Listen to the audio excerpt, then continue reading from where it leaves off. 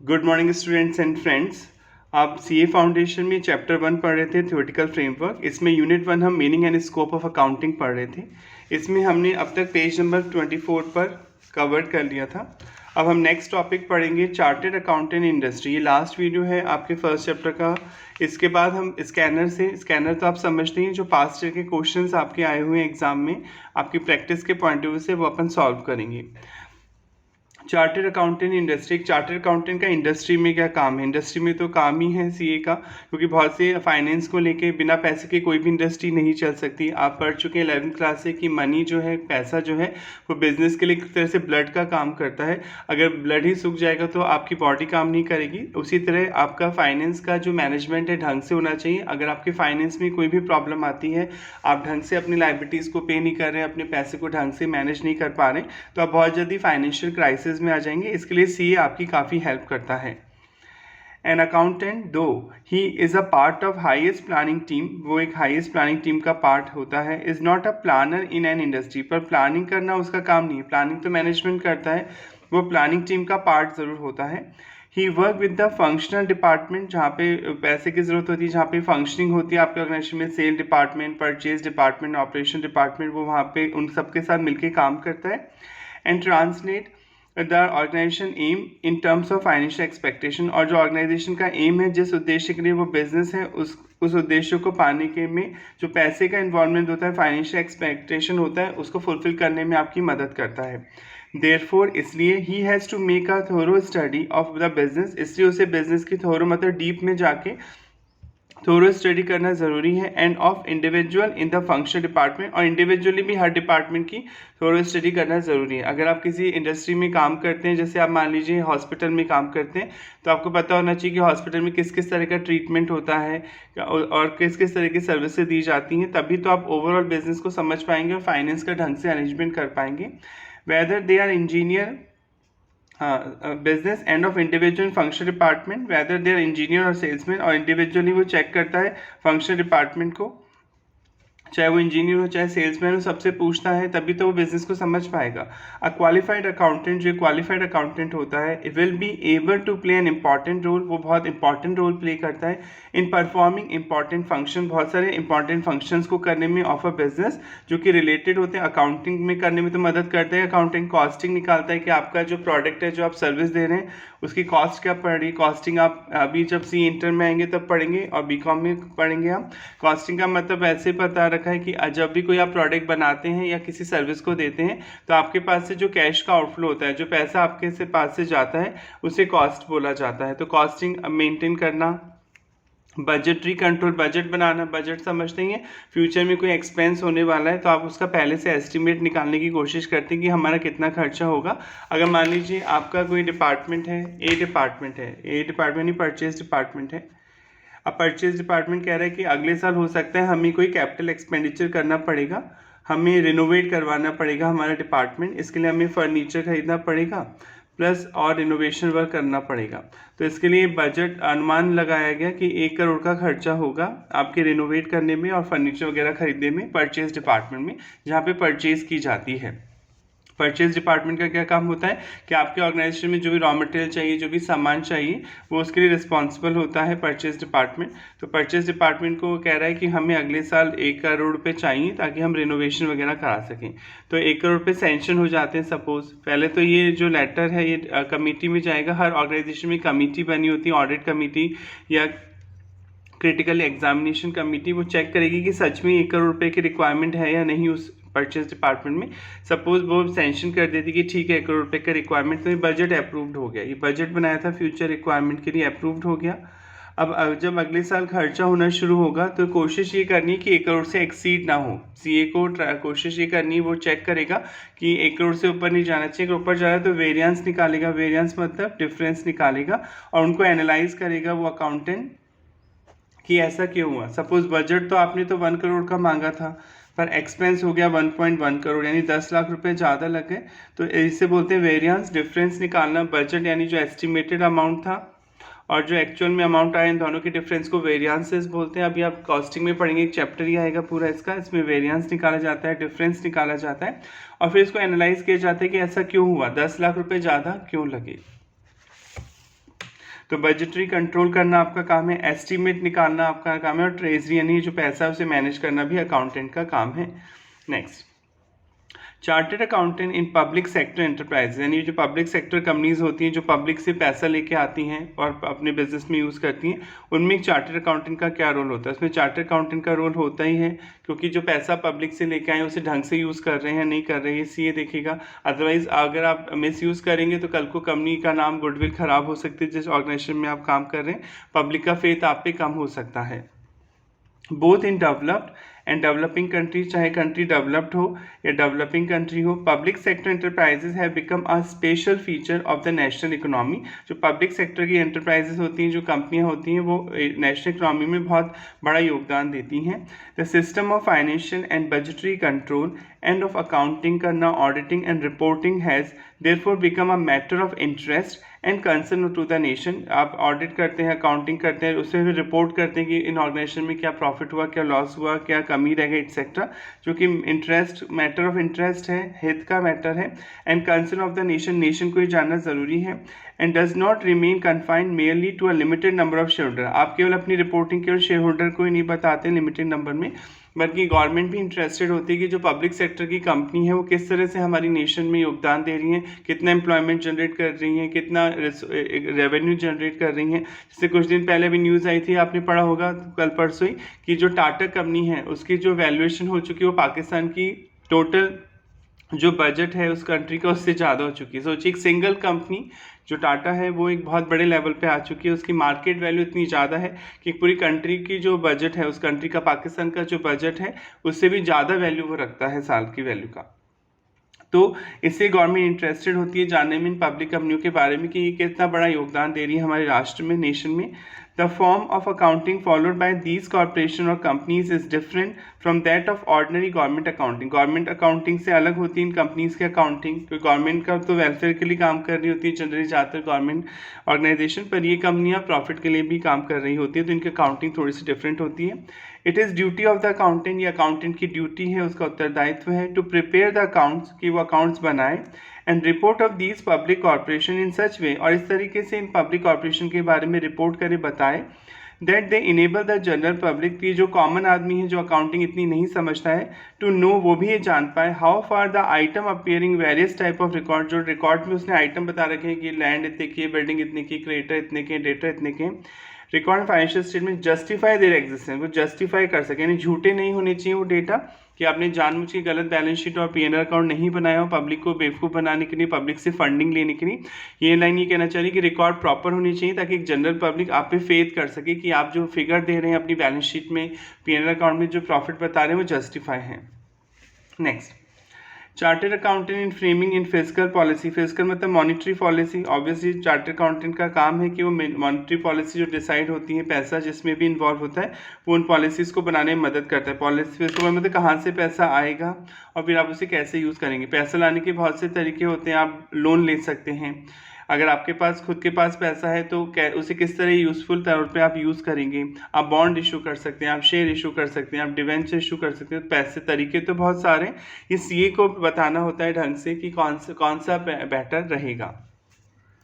Accountant have a positive role to play in the determination of proper physical policy. Accountant यानी CA का, अगर यहाँ पे accountant generally CA की बात की जा रही है, पर ऐसा नहीं है कि हर ऑर्गेनाइजेशन में सीए करते हैं। अगर कोई अकाउंटेंट है और बहुत क्वालिफाइड है, भले उसने सीए की डिग्री नहीं ले रखी, वो भी ये काम कर सकता है। कोई कंपनी सेक्रेटरी है, अगर उसे अकाउंटिंग में इंटरेस्ट है, अकाउंट्स और टैक्सेशन की प्रॉपर नॉलेज है, वो भी काम कर सकता है। कोई कॉस्ट अकाउंटेंट है, वो भी काम कर सकता है।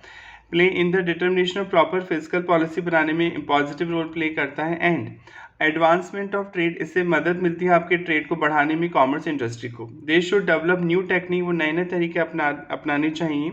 And prepare themselves for new field of service, वो अपने आप को तैयार करता है टुवर्ड्स देयर कमिटमेंट, जो उसने कमिटमेंट किया था उसे पूरा करने के लिए, to the concept of the public goods and services के लिए। Business enterprises can be useful in the commercial sense only. एक बिजनेस एंटरप्राइजेस तभी कॉमर्शियल मतलब एक बिजनेस के टर्म में तभी अच्छी मानी जाती है if accounting and business knowledge are pooled together, यानी बिजनेस की जो नॉलेज है, जिस पर्पज़ के लिए बिजनेस खोला गया, और अकाउंटिंग, दोनों को ढंग से अगर आपने पूल किया है, मर्ज किया है, मैनेज किया है, तो ही आपका बिजनेस सक्सेसफुल होगा। It is a social obligation, एक तरह से आपका सामाजिक दायित्व है फॉर बोथ अकाउंटेंट का भी in industry in practice to disclose, भले जो आप जॉब कर रहे हैं सी उसकी, इन प्रैक्टिस मतलब जो खुद का ऑफिस खोल के बैठे इन प्रैक्टिस में है सी है वो भी टू डिस्क्लोज ग्रेटर इन्फॉर्मेशन की वो अच्छी से अच्छी इन्फॉर्मेशन बताएं रिगार्डिंग द कॉर्पोरेट रिजल्ट, यानी जो कंपनियां प्रॉफिट कितना कमा रही हैं, किस तरीके से कमा रही हैं, वो अच्छी तरह डिस्क्लोज करे एक चार्टर्ड अकाउंटेंट, तभी इंडस्ट्रीज का फायदा होगा। The state of affair of the economy, जो आपकी अर्थव्यवस्था की स्थिति है, कैन बी असर्टेन, वो तभी पता कर सकती है only when such consolidated corporate information disclose, जब ये जो कॉर्पोरेट इन्फॉर्मेशन है जैसे रिलायंस, टाटा, अडानी, इनकी कंसोलिडेटेड रिपोर्ट आनी चाहिए गवर्नमेंट के पास कि ये कंपनियां कितनी ग्रोथ कर रही हैं। इससे ही आप अपनी इकोनॉमी की स्टेट ऑफ अफेयर पता कर सकते हैं, आपके देश की आर्थिक स्थिति पता कर सकते हैं कि आपका देश कितनी तेजी से आगे बढ़ रहा है। तो एक चार्टर्ड अकाउंटेंट फिजिकल पॉलिसी, जो मॉनेटरी पॉलिसी होती है, वो कैसे पैसा आएगा उसे कैसे मैनेज किया जाएगा उसमें भी मदद करता है। नेक्स्ट और लास्ट टॉपिक इस चैप्टर का, chartered accountant and economic growth. Chartered accountant economic growth मतलब जो आर्थिक व्यवस्था है उसको बढ़ाने में कैसे मदद करता है। इन प्रेजेंट टाइम, आज की स्थिति में, अकाउंटेंट शुड कंसीव और थिंक, उन्हें सोचना चाहिए देयर ड्यूटीज़, अपनी ड्यूटीज़ के बारे में, एज ब्रॉडली, एक बड़े लेवल पे, as a condition might required, क्योंकि आजकल परिस्थितियाँ ऐसी हो गई हैं कि केवल अकाउंटिंग नहीं करनी होगी, आपको बहुत सी चीज़ों में एक्टिव रोल प्ले करना होगा, बजट बनाने होंगे, कॉस्टिंग करनी होगी, रिपोर्टिंग करनी होगी। And do not restrict them only literally compliance of law, literally मतलब एक लिमिट में ही नहीं बांधे आप अपने आप को कि मुझे तो भाई लॉ का ही जो काम, मुझे जो कंपनीज एक्ट बोल रहा है या इनकम टैक्स एक्ट बोल रहा है मैं तो वही करूंगा और कुछ नहीं करूंगा। नहीं, ऐसा नहीं होना चाहिए। आज की परिस्थितियां बदल चुकी हैं, आपको एक बड़े लेवल पे सोचना चाहिए, सीए को और सीएमए को, सीएस को। Their aim should be not to allow any individual to gain at the cost of nation, आपका ये काम नहीं होना चाहिए कि जो कॉस्ट नेशन मतलब राष्ट्र को नुकसान हो रहा है पर एक इंडिविजुअल आदमी को फ़ायदा हो रहा है, आप उसके लिए काम कर रहे हैं, ऐसा नहीं होना चाहिए। आपकी कोशिश ये होनी चाहिए कि राष्ट्र को भी फ़ायदा होना चाहिए, जिस ऑर्गेनाइजेशन के लिए आप काम कर रहे हैं उससे तो फ़ायदा होना ही चाहिए, पर आपकी नेशन को भी फ़ायदा होना चाहिए। नेशन की कॉस्ट पे यानी नेशन के नुकसान पे आप किसी पर्टिकुलर इंडस्ट्री को फ़ायदा ना पहुँचाएँ। Accountant have to accept a positive role, आपको एक पॉजिटिव रोल, सकारात्मक रोल प्ले करना होता है। एंड डू देयर बेस्ट, आपको अपना बेस्ट देना होता है, टू एनकरेज एफिशिएंसी, ताकि कुशलता बढ़े इन इंडिविजुअल बिजनेस यूनिट की, एंड एनकरेज दो सोशल ऑब्जेक्ट, और आप अपने सामाजिक ऑब्जेक्ट जो होते हैं, which form of main foundation of welfare state, जो कि इंडिया की जो इंडिया एक वेलफेयर स्टेट है, मतलब इसकी सोच कल्याणकारी है, भारत सरकार या भारत हमेशा लोगों के लिए काम करता रहे। तो आपका कोशिश ये करनी कि इंडिविजुअल बिजनेस की एफिशिएंसी आपको बढ़ानी है, उसकी कुशलता को बढ़ाने की कोशिश करनी है, ताकि हम अपने सामाजिक दायित्वों को पूरा कर सकें। पैसा आएगा तभी तो आप ऑर्फनेज को दान कर पाओगे, पॉलिटिकल पार्टी को डोनेशन दे पाओगे, अनाथालयों को डोनेशन दे पाओगे। तो वेलफेयर स्टेट तभी होगा जब इंडिविजुअल बिजनेस ढंग से काम करेंगे। ये चैप्टर खत्म होता है, अब हम इसके क्वेश्चंस करते हैं, रिवीजन हो जाएगा एक तरह से आपका। अकाउंटिंग क्या आपने पढ़ लिया था, accounting is the art of recording, पहले रिकॉर्ड करना किसी चीज़ को, और रिकॉर्ड किसको करते हैं आप पढ़ चुके हैं कई बार, केवल फाइनेंशियल ट्रांजैक्शन को, बिजनेस ट्रांजैक्शन को, जिन्हें आप मनी में मेजर कर सकते हैं उन्हीं चीज़ों को रिकॉर्ड किया जाता है। जिन चीज़ों का मनी में मेजर नहीं कर सकते उन चीज़ों का अकाउंट में रिकॉर्ड नहीं किया जा सकता है। रिकॉर्ड करना, फिर क्लासीफाई करना कि वो जो रिकॉर्डिंग आपने की है वो सेल है कि परचेज है और रेंट है एटसेट्रा। फिर उसके बाद समराइज़ करना, समराइज मतलब एक ही जगह लेके आना, सेल की बहुत सारी एंट्री हुई है, बहुत बार सेल हुई, तो एक अकाउंट में सेल को लेके आना, एक अकाउंट में रेंट को लेके आना, एक ही अकाउंट में आपको उसमें लेके आना ledger in a significant manner, एक सही तरीके से। And in terms of money, transaction money में ही होने चाहिए transaction, and event and which are in part at least of financial character. आप पढ़ चुके हैं ट्रांजेक्शन, जिन ट्रांजेक्शन को आप रिकॉर्ड कर रहे हैं वो फाइनेंशियल कैरेक्टर के होने चाहिए, उनमें मनी इन्वॉल्व होनी चाहिए। अगर किसी चीज़ को आप मनी में मेजर नहीं कर सकते तो आप उसे अकाउंट में रिकॉर्ड नहीं करते हैं। And interpreting the result thereof, फिर आप इंटरप्रीट करते हैं, इंटरप्रीट मतलब डीप में जाके किसी चीज़ का एनालिसिस करना कि जो रिजल्ट आए हैं, प्रॉफिट और लॉस जो आपको हुआ है, या आपकी बैलेंस शीट जो पिक्चर दिखा रही है कितनी एसेट इतनी लायबिलिटी है, तो उसको आप एनालाइज करते हैं कि सही प्रॉफिट हुआ है, कम हुआ है तो क्यों हुआ है, बढ़ा है तो क्यों बढ़ा है, और लायबिलिटी अगर बढ़ी है तो क्यों बढ़ी है, etcetera. Accounting procedure can be broadly divided in two part, आपने पढ़ा था अकाउंटिंग प्रोसीजर को दो भागों में बांटा जा सकता है। जनरेटिंग फाइनेंशियल इन्फॉर्मेशन, एक तो फाइनेंशियल इन्फॉर्मेशन बताना कि क्या प्रॉफिट और लॉस आपको हुआ है, यूजिंग द फाइनेंशियल इन्फॉर्मेशन, फिर फाइनेंशियल इन्फॉर्मेशन को आप यूज़ करते हैं कि अपने एनालिसिस पर्पस के लिए। The objective accounting can be given as follow. Accounting के ऑब्जेक्टिव भी आपने पढ़े थे, शॉर्ट में दे रखे हैं। क्या क्या ऑब्जेक्ट होता है अकाउंटिंग करने का? एक तो बहुत ईजी है, सिस्टमेटिक रिकॉर्ड एंड ट्रांजेक्शन्स को मेंटेन करना, यानी जो बिजनेस के ट्रांजेक्शन आपने किए हैं उन्हें सिस्टमेटिकली रिकॉर्ड मेंटेन करना। सिस्टमेटिक का मतलब क्या होता है? डे टू डे बेसिस पर, जैसे आज सेल करी है तो आज रिकॉर्ड, कल करी तो कल। ऐसे नहीं कि आप 10 दिन की एक साथ सेल एक दिन रिकॉर्ड कर रहे हैं, वो सिस्टमेटिक नहीं होगा। सिस्टमेटिक मतलब डे टू डे बेसिस पे जो बिजनेस के ट्रांजेक्शन हो रहे हैं उन्हें सिस्टमेटिक तरीके से आप रिकॉर्ड करें, व्यवस्थित तरीके से आप अपनी बुक्स में एंट्री कर रहे हैं। असर्टेन मतलब कैलकुलेट करना result of the about transaction, की जो ट्रांजेक्शन आपने रिकॉर्ड की इनका रिजल्ट क्या हो रहा है उसे निकालना, ठीक है, कि आपकी प्रॉफिट हुआ है, लॉस हुआ है। Ascertainment financial position, financial position मतलब असेट और लायबिलिटीज देखना कि आपकी असेट कितनी, असेट मतलब जो आपकी पोजीशन में है चीज़ें जिन्हें आप अपने बिजनेस पर्पस के लिए यूज में लेते हैं, एज लैंड, बिल्डिंग, ये सब, और अपनी लायबिलिटी जो आपको पे करनी है वो देखना।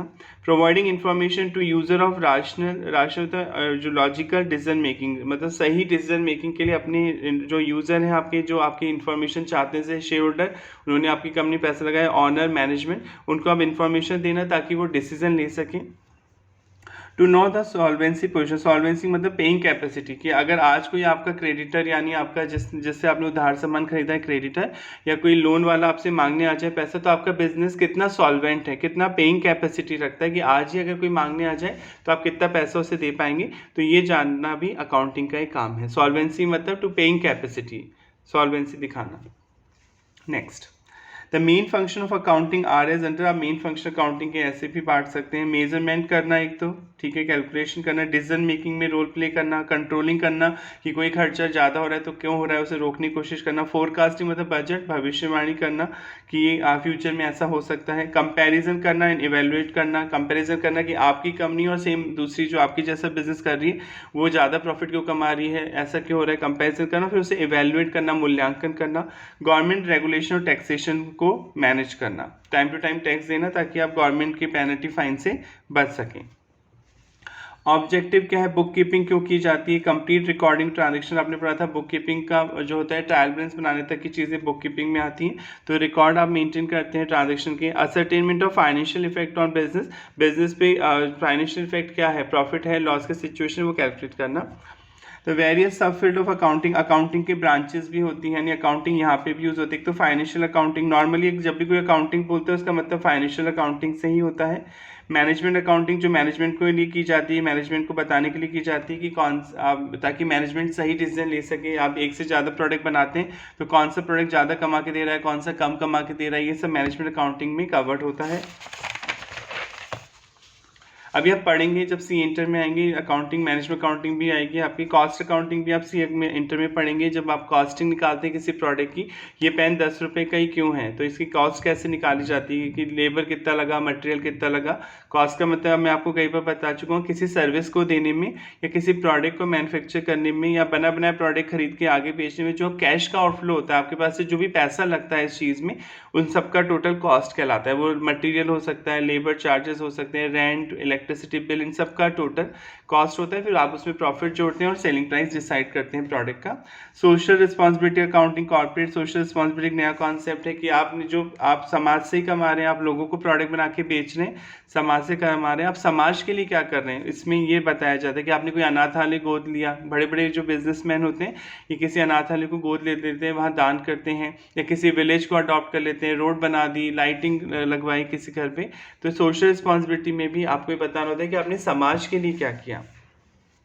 Human resource accounting, human resource accounting ये कहती है, इसका प्रैक्टिकल अप्रोच अभी स्टार्ट नहीं हुआ है, कि जो मानव आपके यहाँ काम कर रहे हैं, जो की पर्सन है, जो ऑनेस्ट लोग हैं, जो आपके यहाँ काम कर रहे हैं, नॉलेजेबल पर्सन है, अगर वो जॉब छोड़ दें तो आपके बिजनेस को नुकसान हो सकता है। ऑब्वियसली जो ऑनेस्ट पर्सन होते हैं, जो नॉलेजेबल पर्सन होते हैं, वो आपके ऑर्गेनाइजेशन को ऊंचाइयों तक ले जाने में आपकी हेल्प करते हैं, पर अगर वो जॉब छोड़ दें तो आपको नुकसान हो सकता है। तो वो आदमी की वैल्यू क्या है, वो आदमी, वो पर्सन आपके ऑर्गेनाइजेशन में कितने रुपए की वैल्यू रखता है, 1 करोड़, 10 करोड़, 20 करोड़, तो इसको कैलकुलेट करना ह्यूमन रिसोर्स अकाउंटिंग का पार्ट है। ये केवल थ्योरेटिकल कॉन्सेप्ट है, अभी इसकी प्रैक्टिकल जो है स्टार्ट नहीं हुई है अकाउंटिंग, क्योंकि बहुत मुश्किल है ना, किसी आदमी का वैल्यू आप कैसे निकालेंगे।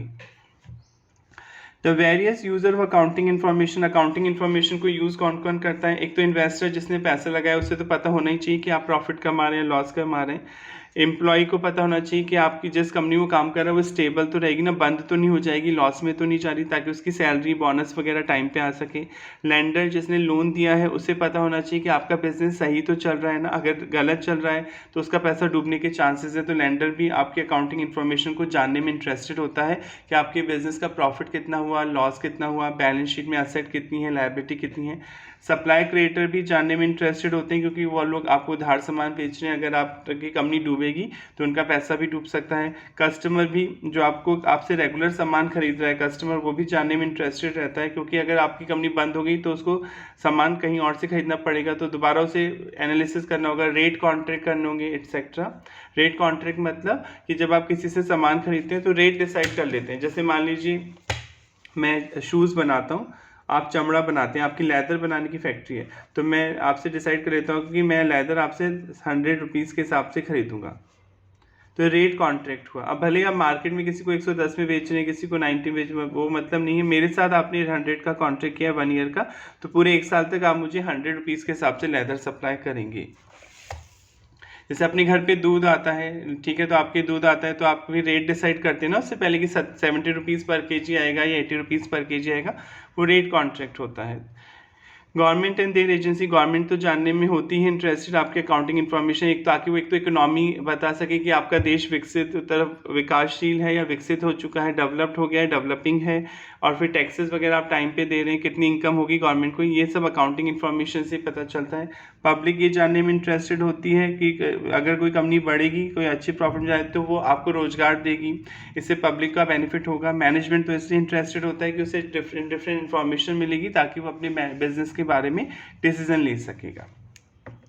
Accounting is closely related, closely मतलब बहुत ज़्यादा संबंधित होती है, बहुत लगा जुड़ी हुई होती है with several other discipline, other branches से, and thus to acquire a good knowledge in accounting, आपको अकाउंटिंग की गुड नॉलेज होनी चाहिए। One should be conversant with the relevant portion of such discipline, आपको जब अकाउंटिंग को समझना है तो उन डिसिप्लिन को, उन ब्रांचेस को समझना होगा।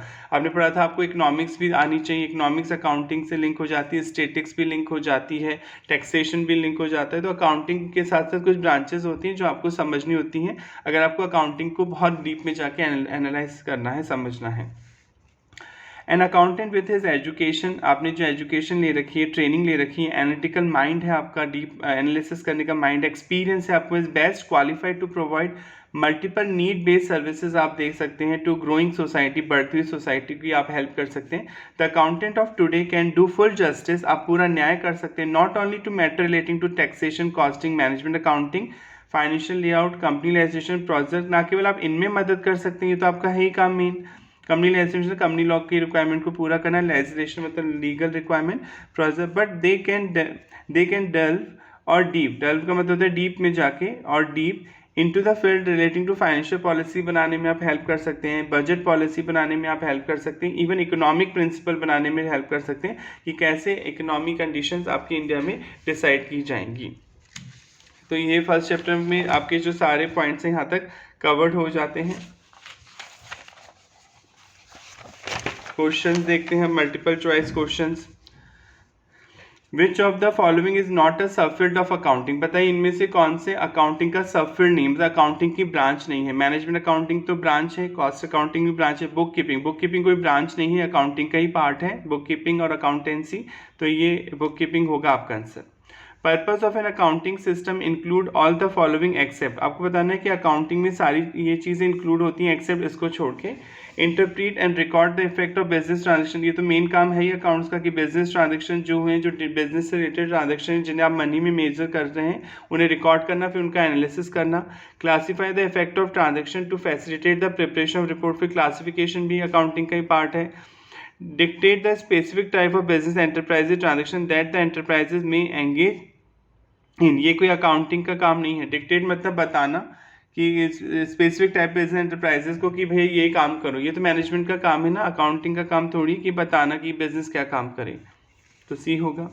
Book keeping is mainly concern with, book keeping किससे रिलेटेड होती है, रिकॉर्डिंग ऑफ फाइनेंशियल डेटा, बताया था बुक कीपिंग में रिकॉर्डिंग तक का जो ट्रायल बैलेंस तक की चीज़ें हैं वो फाइनेंशियल बुक कीपिंग का पार्ट है, तो रिकॉर्डिंग करना बुक कीपिंग का पार्ट माना जाता है।